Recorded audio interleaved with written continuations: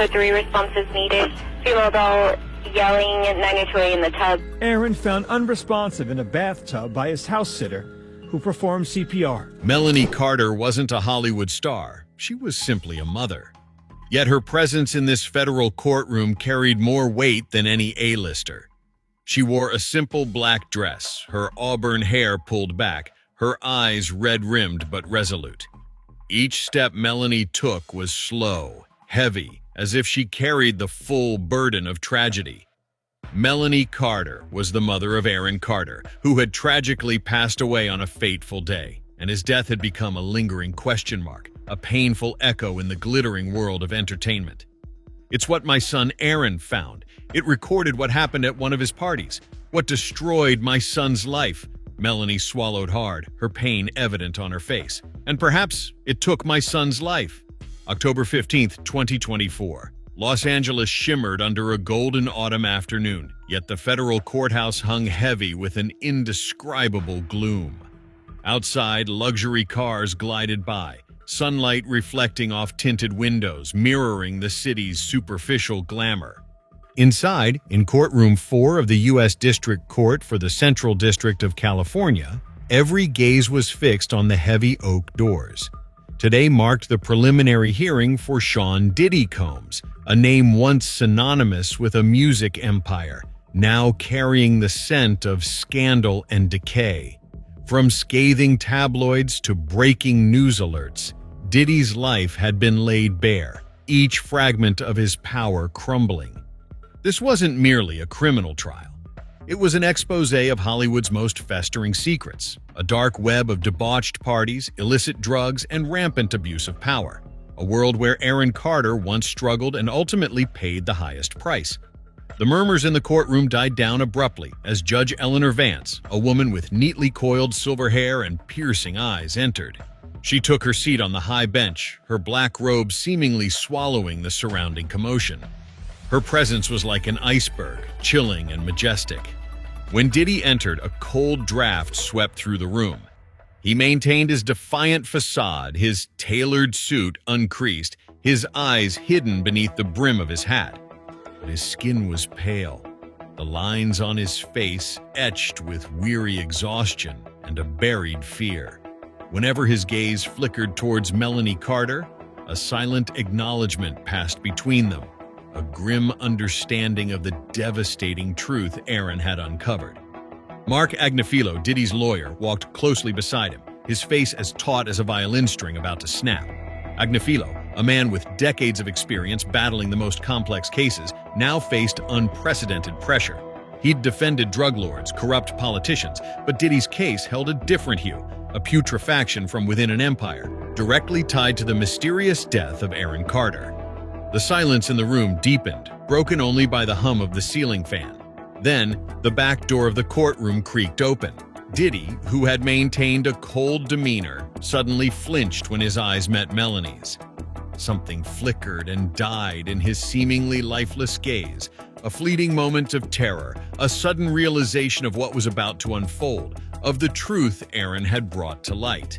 Melanie took the stand. The entire courtroom held its breath.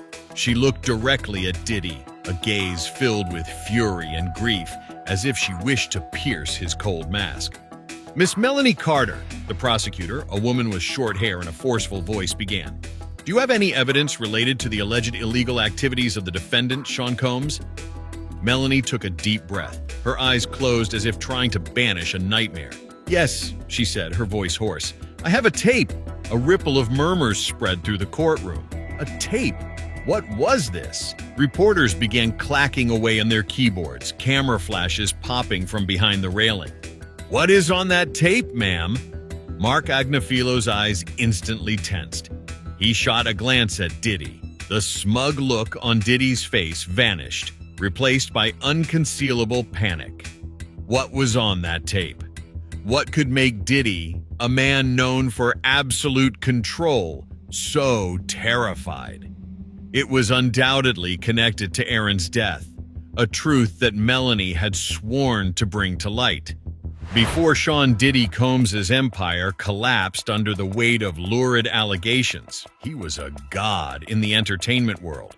Born in Harlem, New York, Diddy, or Sean John Combs, rose from the ground up, building an empire in music, Bad Boy Records, fashion, Sean John, and then liquor. He was the epitome of the American dream, a wildly successful black man, a symbol of power and luxury. His parties were not just a gathering place for the elite, but also a magical gateway to fame and fortune for those brave enough to walk through it. In the late 1990s and early 2000s, when Aaron Carter was a boy with bright eyes and a sweet voice, Diddy was at the peak of his career. Aaron, then a teen pop idol with hits like I Want Candy, idolized Diddy. He saw in Diddy a potential mentor, someone who could help him step out of the shadow of his famous older brother Nick Carter of the Backstreet Boys and reshape his solo career in the burgeoning world of hip-hop and R&B. Diddy and Aaron Carter's relationship began with false promises of a musical collaboration. Around 2010 to 2012, when Aaron was struggling with personal issues and his career was stalling, Diddy approached him. "Come to me, Aaron," Diddy once said during a private meeting at his Miami mansion. "I'll show you how a real star lives and works. You have the talent, but you need the right guidance. I can help you reach the heights you've always dreamed of." Those sweet words, along with the ostentation of a lavish lifestyle, endless parties, private jet rides, and a circle of supermodels and top rappers, entice Aaron to be seduced. At first, Aaron saw Diddy as an opportunity, a great friend. Little did he know, those promises were just bait for a much bigger trap. Diddy was interested in more than Aaron's musical talent. He saw him as a potential card, a vulnerable individual who could be manipulated and controlled to serve his own darker purposes. Aaron began to frequent Diddy's parties. He believed he was being introduced to a privileged circle of Hollywood, a world that not everyone could enter. But very quickly, that glittering light began to fade, giving way to a terrifying darkness. Aaron witnessed things he could not explain, acts he could not have imagined in his wildest dreams. He saw familiar Hollywood faces drowning in depravity, and young women with fear in their eyes. The promise of a career turned into a spiral of drugs, control, and terror. He was lost, trapped in the web Diddy had woven.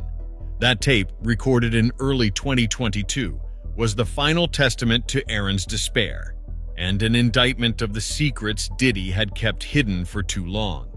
November 5th, 2022. The afternoon sun dappled the pool but couldn't warm the mansion in Lancaster, California. Aaron Carter's body was found in the bathtub, a tragic end for a once bright pop star. Initially, the cause of death was ruled an accidental drowning after substance use, but Melanie Carter never believed it. In the months that followed, Melanie was consumed by grief, but also by a burning fire to find justice. She scoured every corner of her son's life, from hurried notes in his journal to his last text messages. Aaron, in his final years, had lived in a state of paranoia and fear. He believed that forces were working against him, people who wanted to silence him forever. And then she found it. A small USB drive, hidden at the bottom of Aaron's old guitar case. It wasn't a tape in the literal sense, but a collection of video and audio files. Aaron, an artist once lost in music, had recorded something horrifying. They were images from a party at Diddy's Star Island mansion in Miami, held in early 2022. Aaron had sneaked in. No one knew his purpose. Perhaps it was curiosity, perhaps to find proof for the fears that haunted him. On the courtroom screen, blurry, chaotic images flickered to life. Though indistinct, they hinted at a scene of profound darkness and disarray. Flashing lights cut through the gloom, accompanied by the muffled thud of deafening music and the unsettling movement of shadowy figures.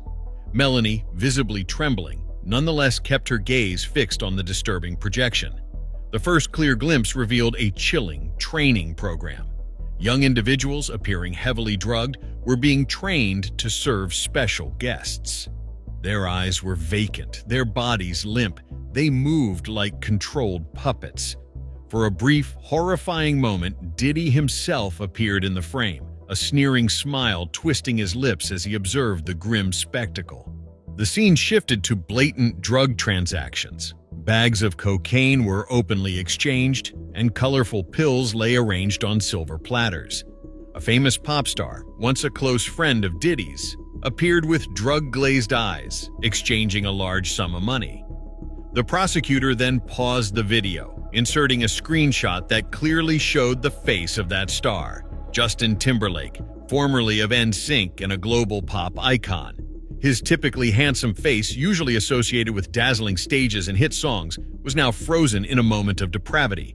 Another harrowing shot captured a man, seemingly Diddy's bodyguard, brutally dragging a young girl out of a room. Her faint screams were swallowed by the blare of the music, adding to the chilling atmosphere. Then Aaron Carter appeared. He moved through the chaotic crowd, his eyes wide with a mixture of fear and horror. He didn't partake in any of the illicit activities, instead appearing as an unwilling, terrified witness. He clutched his phone, seemingly attempting to record the grim events unfolding around him. The entire courtroom fell into a terrifying silence. Melanie Carter's stifled sob echoed like an alarm bell. Diddy, pale-faced, had collapsed into his hands, gripping them tightly. Agnifilo, Diddy's lawyer, suddenly stood up, his face flushed. "Your Honor," he roared, "this is fabricated evidence, inadmissible." Judge Vance looked directly at Agnifilo, her gaze sharp as a razor. "Counselor Agnifilo, sit down. This evidence will be considered." But Agnifilo was speechless. He turned to Diddy as if seeking support, but Diddy merely trembled, unable to tear his eyes from the screen. Agnifilo, the formidable and cold man, suddenly felt a wave of disgust. What he had just seen surpassed the limits of depravity he had ever witnessed. He knew these images, though legally debatable, had been etched into everyone's minds. A horrified retch burst from Diddy, a pathetic gagging sound. He clutched his mouth, staggering to his feet. Agnifilo looked at Diddy, then back at the screen, his face now contorted with revulsion. Despite being a defense attorney, he was still human. What Diddy had done, what this tape revealed, had crossed the line of morality. "Your Honor," Agnifilo said, his voice hoarse, I need a recess." Judge Vance raised an eyebrow. "Counselor Agnifilo, this is an important trial." I can't continue," Agnifilo repeated, his eyes filled with loathing. He looked directly at Diddy, then turned his back and walked out. His heavy footsteps echoed through the room, leaving behind a terrifying void. His departure wasn't a legal tactic, but a genuine reaction from a man pushed to his breaking point. The entire courtroom erupted in whispers, the clamor of people trying to comprehend what had just transpired. The entire gallery felt engulfed in a tsunami of truth. October 16th, 2024. News of Diddy's trial and his lawyer Agnifilo's dramatic exit spread like wildfire across the globe. Major news channels from CNN to Fox News continuously broadcast, replaying the dramatic courtroom moments. Public reaction was a mixture of horror, outrage, and a touch of grim satisfaction. Those who had long suspected Diddy, those who had whispered about mysterious parties and grotesque stories, now felt vindicated. On social media platforms, discussions exploded, millions of comments pouring in, condemning Diddy and demanding justice for the victims. In the shadows of Hollywood, fear spread. Many stars who had once appeared at Diddy's parties began to panic. They contacted their lawyers, rechecked confidential agreements, and tried to erase any traces linking them to the fallen emperor. October the 20th, 2024. A week after the shocking trial, another figure stepped into the light, Naomi Campbell, the legendary supermodel. She was an icon of timeless beauty and independence, but also a woman known for her strong character and blunt honesty. In this narrative, Naomi would be an unexpected witness, someone who had seen terrible things. That night, during a live interview on Good Morning America, Naomi appeared with a grave expression. Her eyes were filled with regret and indignation. She spoke, her voice heavy with conviction that she had witnessed many horrifying things at Diddy's parties over the years. She recounted young girls forced to use drugs, illicit transactions made openly in front of celebrities, and an atmosphere of fear and control. "I witnessed a world where power turns people into devils," Naomi said, her voice trembling. "Diddy, he wasn't just a music producer. He was a manipulator, a predator. I was too scared to speak out before. But now, I can't remain silent any longer." Naomi Campbell's confession was a powerful blow to Diddy. If the evidence from Aaron Carter's tape was indirect, Naomi's testimony was direct, forceful, and came from a woman of immense influence. Public reaction erupted again. Naomi's fans expressed their support and admiration for her courage.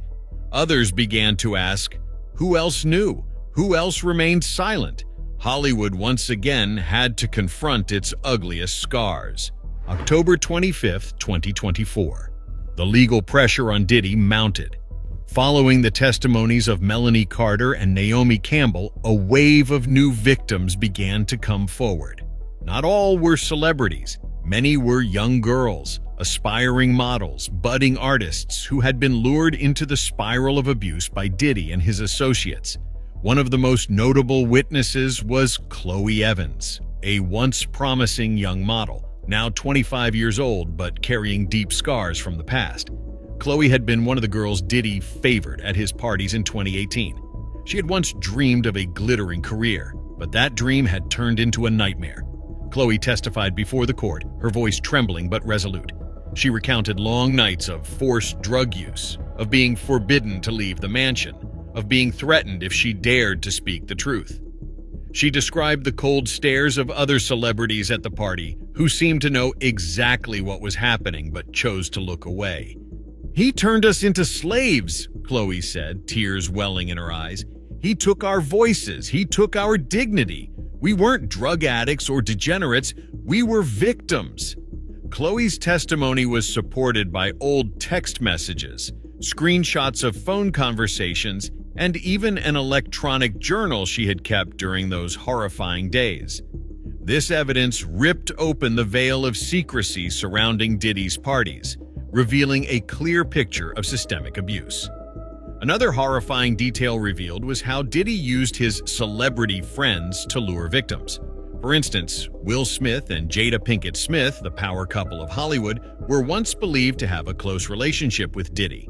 While there's no direct evidence suggesting their involvement in illegal activities. In this narrative, another witness testified that Diddy often boasted about their support, creating an aura of trustworthiness to draw in young victims. He always said, "Will and Jada are here too. They support everything we do."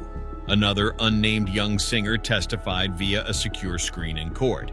"That made us believe everything was okay, that we were in a safe environment, but it was just a trap." These testimonies not only shook the courtroom, but also triggered a strong wave of public reaction. Once admired celebrities were now under suspicion, placed under the scrutinizing lens of public opinion. Heated debates erupted on online forums. Was Hollywood hiding a massive criminal network?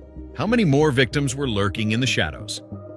November 10th, 2024, Diddy's trial entered its decisive phase. The prosecutor had gathered enough evidence from Aaron Carter's tape, the testimonies of Melanie Carter, Naomi Campbell, Chloe Evans, and dozens of other witnesses. A team of FBI investigators had worked tirelessly, digging into every detail, following every lead. Meanwhile, Diddy vehemently denied all accusations. Mark Agnifilo, after his dramatic walkout, had returned, but with a completely different demeanor. He was now simply performing his duty, lacking the enthusiasm or conviction he once had. He knew this case was nearly over. In a tense hearing, the prosecutor presented a new forensic analysis regarding Aaron Carter's death. Based on evidence from the tape and Melanie's testimony, investigators had uncovered previously overlooked details in the initial report. "We believe Aaron Carter's death was not merely an accident," the prosecutor declared, her voice echoing through the courtroom. "We have evidence indicating Aaron Carter was poisoned." The courtroom erupted again. Poisoned? This completely changed the nature of the case. The prosecutor continued, her voice filled with conviction. Aaron Carter, after recording that tape, became a threat. He had begun to share what he saw with a few close friends who feared for his safety. We believe Diddy, through his associates, ordered Aaron Carter to be silenced permanently. Although direct evidence of Diddy ordering Aaron Carter's poisoning was still being collected, the context and circumstances had been logically pieced together, creating a terrifying picture of a man who would do anything to protect his empire. Melanie Carter, sitting in the audience, collapsed onto a relative's shoulder, tears streaming down her face. This was the truth she had sought for so long. Her grief was mixed with a fragile glimmer of hope for justice. Diddy now could no longer maintain his defiance. His face was ashen, his eyes hollow. He knew it was over. His empire, built on luxury and power, had now collapsed under the weight of his most heinous crimes. In the final days of the trial, more Hollywood stars who had once been part of Diddy's world began to speak out publicly. Some expressed regret for their silence, others expressed disgust at Diddy's actions. This couldn't save Diddy, but it indicated a shift in Hollywood's attitude, a belated awakening. On November 15, 2024, Judge Eleanor Vance delivered the final verdict. Based on the evidence presented before this court, Judge Vance declared, her voice cold and definitive, the defendant, Sean Combs, is found guilty of charges including human trafficking, extortion, sexual abuse, and conspiracy to commit murder. A mixture of cheers and sighs of relief filled the courtroom. Victims wept. Melanie Carter stood up, her eyes red-rimmed but now shining with a glimmer of peace. Finally, justice had been served. Diddy, handcuffed, was led out of the courtroom. His eyes no longer held arrogance, only emptiness and despair. Outside, a crowd of reporters and citizens had gathered, chanting slogans. Diddy's shadow had loomed over Hollywood for too long. But now, light had begun to shine through, lifting the veil on the entertainment industry's most grotesque crimes. And the story of Aaron Carter, of Melanie Carter, would serve as a perpetual reminder of the price of power and silence.